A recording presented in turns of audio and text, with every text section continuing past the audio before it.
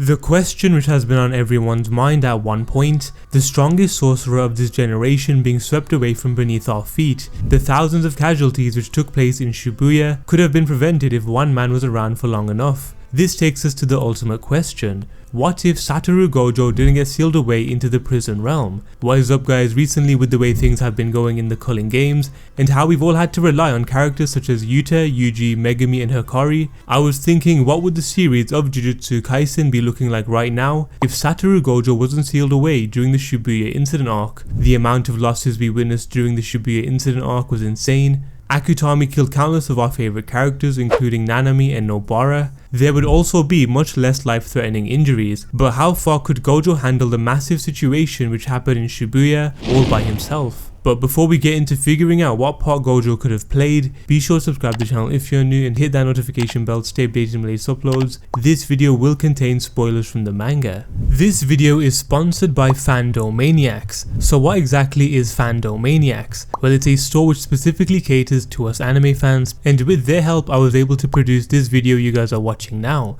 Anyway, since the majority of us here are Jujutsu Kaisen and Demon Slayer fans, this store has some really cool merch of the series. I know it's quite hard to find some quality Jujutsu Kaisen clothing anywhere, but I can assure you these guys have some really good taste which is also affordable. They've recently put out some new clothing including the famous sorcerer trio, Yuji, Gojo and Megumi. Another one of my favorites would have to be the Jujutsu Kaisen bomber jacket where you can customize your own name onto it. Not only do they have Jujutsu Kaisen, I know that even Demon Slayer merch is hard to come by. They've got some really cool t-shirts and even jackets, but for those who aren't interested in Jujutsu Kaisen or Demon Slayer, they've got a wide variety of anime clothing such as Tokyo Revengers, Attack on Titan, One Piece and many more. If you guys are interested, I've got my own little cool discount code ARZIN10 to get the merch for much cheaper. The link will be down in the description below. This will also support me massively in making future content. Also, if you guys spend $200 or more, then you'll receive a free Gara bag. But anyways, let's get right back into the video. With Gojo being sealed for over 800 days now in our time, and only 12 days in the Jujutsu Kaisen series, I understand that we are all missing him. He brought this authenticity to the series, but imagine if he avoided the entrapment of the prison realm.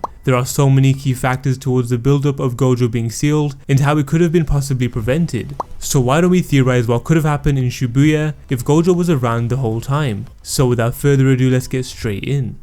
To get a much better understanding of this possible theory of ours, we will need to retrace our steps all the way back to when Gojo made his first appearance in the Shibuya Incident Arc, as this major arc tipped the balance of the entire world, literally. Not only did we see such a rapid collapse within the world of Jujutsu, but the waves of this impact rippled throughout the entire world, with Shibuya becoming a deserted hellhole filled with curses, leaving the Japanese government in a state of panic. But anyway, Satoru Gojo made his first appearance in the Shibuya Incident Arc in chapter 83 of the manga, with the civilians inside panicking due to the curtain not allowing them to leave. The only ones who could enter and leave freely were sorcerers. It was at 8:31 PM when Satoru Gojo walked right through, with the other team staying outside on standby. So what essentially happened was that this heavy duty task was left in the hands of Satoru Gojo, which again shows the dominance of this man. Making his way to the top of the mall in Shibuya, he looks down and there's a massive crowd of civilians. Assessing the situation, Gojo states, "I think I get what they're after, bring it on." So he already knows that this was the doing of the Cursed Spirit team, but at the time he only knew of Jogo, Mahito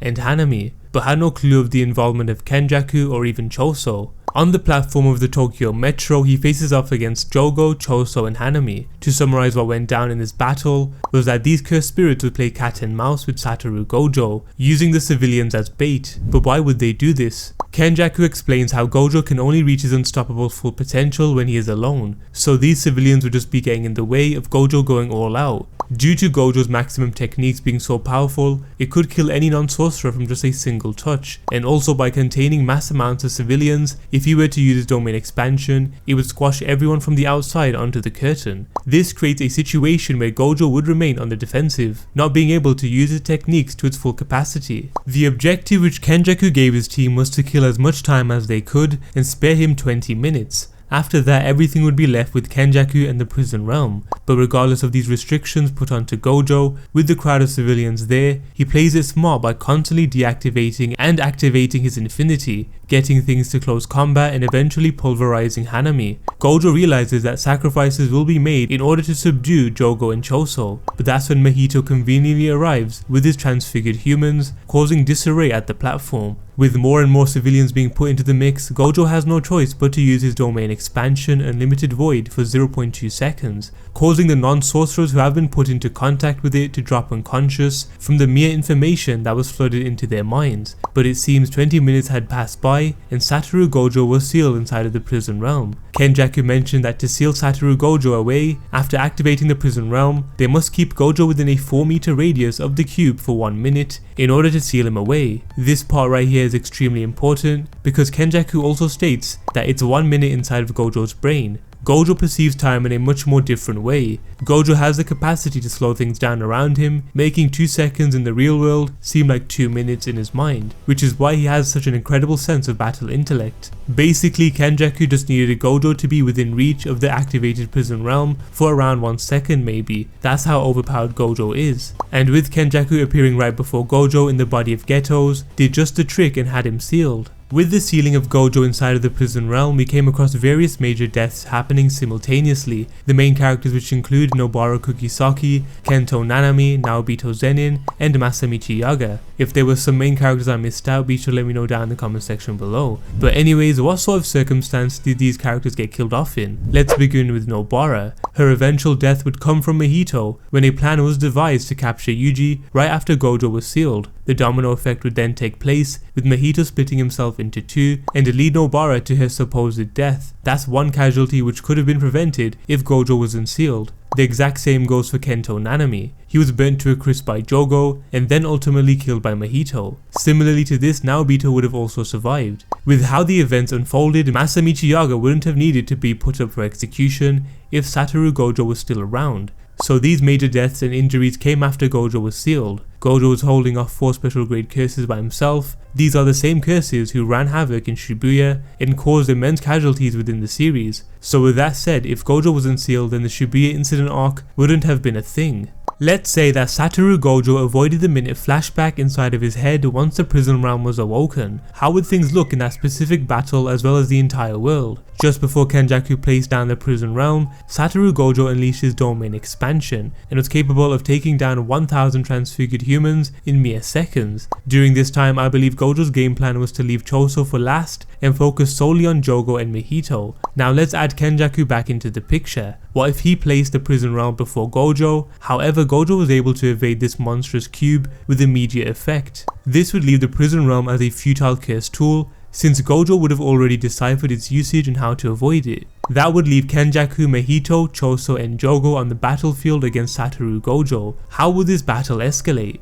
Gojo had just left countless civilians unconscious due to his domain expansion, but that doesn't make them immune to being hit by the attacks from the other cursed spirits. So with that said, the tactic of cat and mouse would still be at use, having the civilians still at hostage, which would keep Gojo on his toes. But we all understand that Kenjaku does have a plan B from what we witnessed in his escape towards the end of the Shibuya Incident Arc. But that doesn't mean Gojo would allow them to leave as a group, easily without a doubt, due to Gojo and Kenjaku being in such close proximity from one another. In hand-to-hand combat, Gojo would have wiped the floor with him, which would have led to life-threatening injuries for Kenjaku. On top of that, Gojo wouldn't stop there, since all the other curses would be combining their attacks to keep Gojo at bay. But one thing we learned from the recent chapters in Jujutsu Kaisen is that it's possible that 3 domain expansions could be let off at a single time as long as there's no interruption. Maybe we could have seen Jogo's, Mahito's and Gojo's domain expansion popping off all at once in a bid to save Kenjaku from Gojo's wrath. Although Jogo and Mahito's domain expansion is extremely powerful in itself, we saw in Gojo's fight with Jogo in the earlier chapters how he was easily able to overpower it. The Unlimited Void is on a completely different level to the other domain expansions, so Gojo would overpower both at once, locking in Mahito and Jogo.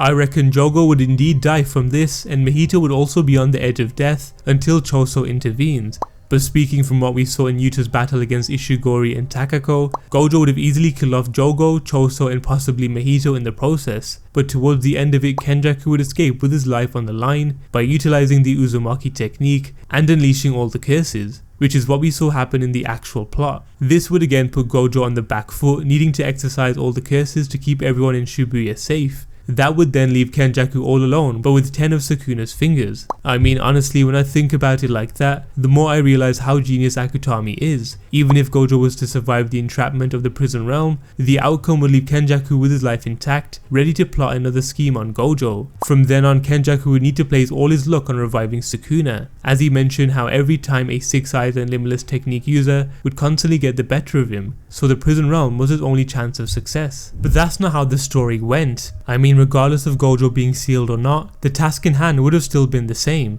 Due to Kenjaku's 1000 years of planning, his goal would have been to retrieve Mahito before anything happens to him and reawaken the sorcerers from the past, just how it went down in the series, but this time with Gojo around. I reckon the culling game still would have gone down, but obviously Kenjaku would now need to bet all his luck on the sorcerers of the past, as well as the revival of Sukuna, to subdue Satoru Gojo. So let's say Gojo was around for these culling games. Just himself and Yuta alone would have wiped out each colony with ease, and would give them the opportunity to confront Kenjaku and his goals. That's as far as I've theorized it. If Gojo wasn't sealed, the casualties and deaths in Shibuya wouldn't have happened on the scale in which it did happen, but I don't think it would have prevented these culling games and force ritual involving Master Tengen. It would have been a lot more rushed and unorganized due to Gojo's interference. But like I mentioned before, the goals and plans of Kenjaku's would have been revealed, and we would understand the purpose of Sukuna at a much faster rate. But can you guys imagine, without Gojo, all of Shibuya was entrenched into chaos, leading to several important deaths and the awakening of hundreds of years old sorcerers.